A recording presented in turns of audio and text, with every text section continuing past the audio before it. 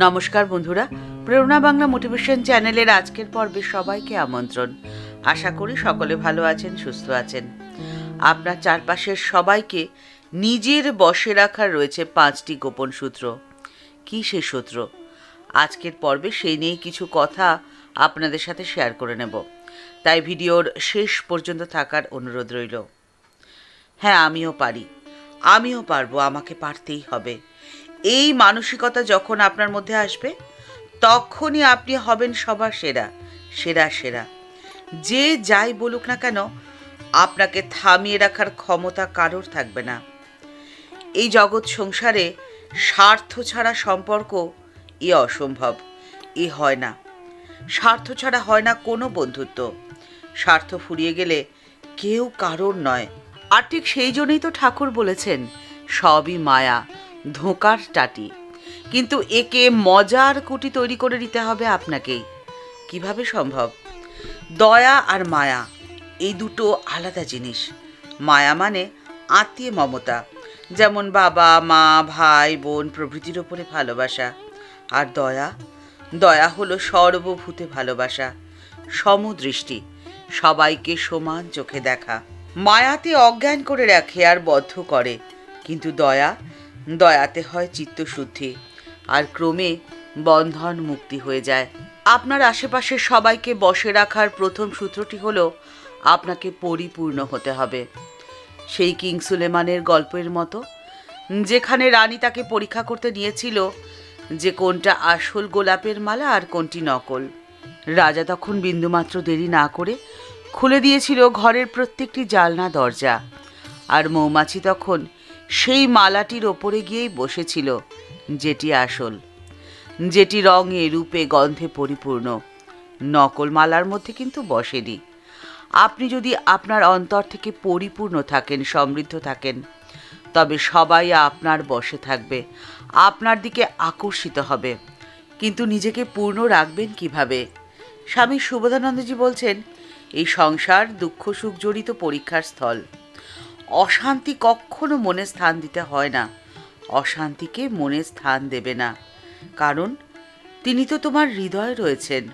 তোমার বুক খালি থাকবে কেন? খুব বিশ্বাসের সাথে তাকে স্মরণ করবে। এখন রামের বনবাস, আবার রাম অযোধ্যায় আসবেন, অর্থাৎ ঠাকুর এখন সূক্ষ্ম দেহে রয়েছেন, কিন্তু তিনি তো আছেন, তিনি আবার আসবেন। তাই কখনো নিজেকে একা মনে করতে হয় না। দ্বিতীয় সূত্রটি হলো, আপনাকে পরিস্থিতি এবং প্রয়োজন বুঝে কাজ করতে হবে। ঠাকুর একদিন মাকে বলেছিলেন, যেখানে যেমন সেখানে তেমন, যাকে যেমন তাকে তেমন, যখন যেমন তখন তেমন। এই জগৎ সংসারে প্রত্যেকটি মানুষ আলাদা আলাদা, প্রত্যেকের ইচ্ছে অনিচ্ছে সমস্ত কিছু আলাদা। আর এই সমাজে তো সবাইকে নিয়েই আমাদের বসবাস। সবাইকে নিয়ে আমাদের বসবাস করতে হলে আপনাকে মানুষ বুঝে কাজ করতে হবে বা কথা বলতে হবে। আর এই কাজ আপনি তখনই পারবেন যখন আপনি ভেতর থেকে থাকবেন শান্ত, ধীর, স্থির। আপনার মনের অবস্থা পরিবর্তন করতে হলে ঠাকুরের সম্বন্ধে বই পড়তে হয়, জপ ধ্যান করতে হয় এবং অন্য মানুষের সাথে সেই বিষয়ে নানান কথাবার্তা বলতে হয়। এটা তো একটা সাধারণ নিয়ম। কিন্তু এই বই পড়া পাখি পড়ার মতো করে পড়লে যে হবে না। আপনাকে মনে করে নিতে হবে যে কোনো নিকট আত্মীয় বা আপনার কোনো প্রিয়জন আপনাকে চিঠি লিখেছে বা আপনার সাথে কথা বলেছে, যোগাযোগ করেছে। আপনি যখন তার চিঠিটি পড়বেন বা তার কথা বলবেন, তখন তো আপনার তার সাথে সাথে সেই প্রিয় মানুষটির চেহারা এবং তার সম্বন্ধে নানান কথা আপনার মনে আসবে। আপনাকে ঠাকুরের বই ঠিক ওই রকম ভাব নিয়ে পড়তে হবে। তবে আপনি দেখবেন আপনার মন কতটা শান্ত থাকবে, কতটা সুন্দর থাকবে। তৃতীয় সূত্রটি হলো, জীবনের প্রকৃত আনন্দকে আপনাকে অনুসন্ধান করে খুঁজে নিতে হবে। জীবনের প্রকৃত আনন্দকে আপনাকে উপভোগ করতে হবে। আপনার আনন্দে থাকা দেখে অনেক মানুষ আসবে আপনার কাছে সেই আনন্দের স্বাদ নিতে। আপনার পরিচিত আশেপাশের মানুষ, বন্ধু বান্ধব সকলেই থাকবে আপনার বশে, কারণ আনন্দে থাকতে তো সবাই চায়, কিন্তু আনন্দের সন্ধান সবাই পায় না। এই আনন্দের সন্ধান তোমরা কিভাবে পাবে? স্বামী সুবোধানন্দজি সেই পথের সন্ধান বলেছেন। স্বামীজি বলছেন, দিন রাত সৎ চিন্তা, সৎ কথা, এই সমস্ত নিয়েই থাকবে। ঠাকুর যখন তার ছেলে মেয়েদের হৃদয় মন্দিরে আসেন, আসার আগে ভেতরে ভক্তি, বিশ্বাস, ভালোবাসা এই সমস্ত দিয়ে দেন, ভেতরটা আনন্দময় করে দেন। ঠাকুর যে আনন্দের ঠাকুর গো। যেমন কোনো রাজা যদি প্রজার বাড়িতে আসে, সে আসার আগে প্রজার বাটিতে বসবার আসন, আসবাবপত্র সমস্ত কিছু পাঠিয়ে দেয়। হৃদয় ভক্তি, বিশ্বাস, ভালোবাসা তিনিই পাঠিয়ে দেবেন।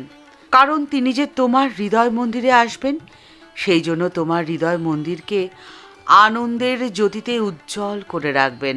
চতুর্থ গোপন সূত্রটি হল, মনের নাশ করতে হবে।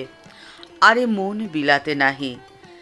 ঠাকুর রামকৃষ্ণ পরমহংসদেব একদিন মাস্টারমশাইকে বলছেন, ব্রহ্মজ্ঞান কি সহজে হয় গা? মনের নাশ না হলে হয় না। গুরু শিষ্যকে বলেছিল, তুমি আমায় মন দাও, আমি তোমায় জ্ঞান দিচ্ছি। ন্যাংটা বলতো, আরে মন বিলাতে নাহি। সন্ন্যাসগুরুর এই কথাটি শ্রীরামকৃষ্ণের প্রাণে খুব ধরেছিল। সন্ন্যাসগুরু অর্থে তোতাপুরীজি। সত্যি তো, মন তো বিলানোর বস্তু নয়। সত্যি তো, মন তো বিলানোর বস্তু নয়। অন্য কারো ঘরে তাকে না পাঠিয়ে নিজে অন্তঃপুরে অনুসন্ধানে নিযুক্ত করলে যা চাওয়া যায় তাই তো পাওয়া যায়। গুরু ঠিক তাই বললেন, দাও মন, লও জ্ঞান। আপনাকেও সেই পথেই চলতে হবে। আপনার চতুর্থ গোপন সূত্রটি তো এটি, অর্থাৎ দাও মন, লও জ্ঞান। কাজের দিক থেকে বিচার করতে গেলে মনের 4 ধরনের ক্রিয়া আছে: মন, বুদ্ধি, অহংকার আর চিত্ত। মন হলো অন্তঃকরণের সেই বৃত্তি যা কোনো বিষয়ের ভালো মন্দ সমস্ত কিছু বিচার করে। অন্তঃকরণের যে বৃত্তি নিশ্চয় করতে সক্ষম তার নাম হলো বুদ্ধি। আর চিত্ত হলো অন্তঃকরণের সেই বৃত্তি যা স্মরণ করতে জানে, যা অহং ভাবনার সঙ্গে যুক্ত। অন্তঃকরণের সেই বৃত্তিকেই বলা হয় অহংকার। আপনার পঞ্চম গোপন সূত্রটি হচ্ছে সেটি। আপনাকে অহংকার মুক্ত মানুষে পরিণত হতে হবে। কিন্তু এ কী করে সম্ভব? আমাদের মনের 3 ধরনের স্তর রয়েছে: অতি চেতন, চেতন আর অবচেতন। চেতন স্তরে সমস্ত প্রকারের কর্ম সাধারণত অহংবোধ বা অহংকারের সাথে যুক্ত থাকে, কিন্তু অবচেতন স্তরে অহংকার তো থাকে না। অতিচেতন স্তরেও অহংবোধ থাকে না। আর ঠিক সেই জন্যেই আপনাকে চেতন স্তরে কর্ম করতে হবে, কিন্তু মনটি ঠাকুরের দিকে রেখে। স্বামী সুবোধানন্দজি বলছেন, ঠাকুরের দিকে মন কীরকম রাখতে হবে জানো? যেমন গরুর নতুন বাছুরের দিকে মন থাকে, সে ঘাস খায় কিন্তু মনটা তার বাছুরের ওপরেই থাকে। ঠিক সেরকমই সংসারের সব কাজ করো, তবে মনটি তোমার ওইরূপ চাই। ঠাকুরের নাম যখন যে অবস্থাতেই নাও না কেন, কাজ তো হবেই। যেমন চাষারা বীজ বপন করে, সোজা হোক বা উল্টো, বীজের তো অঙ্কুরোদ্গম হবেই। জীবনের এই 5টি গোপন সূত্র বা তত্ত্বকথাকে অনুসরণ করে আপনি যদি আপনার জীবনকে পরিচালিত করতে পারেন, তবে আপনার জীবন হয়ে উঠবে সফল এবং সুন্দর। আপনার বন্ধুবান্ধব, আপনার প্রিয়জন, আপনার আশেপাশের মানুষেরা আপনার বশে থাকতে বাধ্য হবে।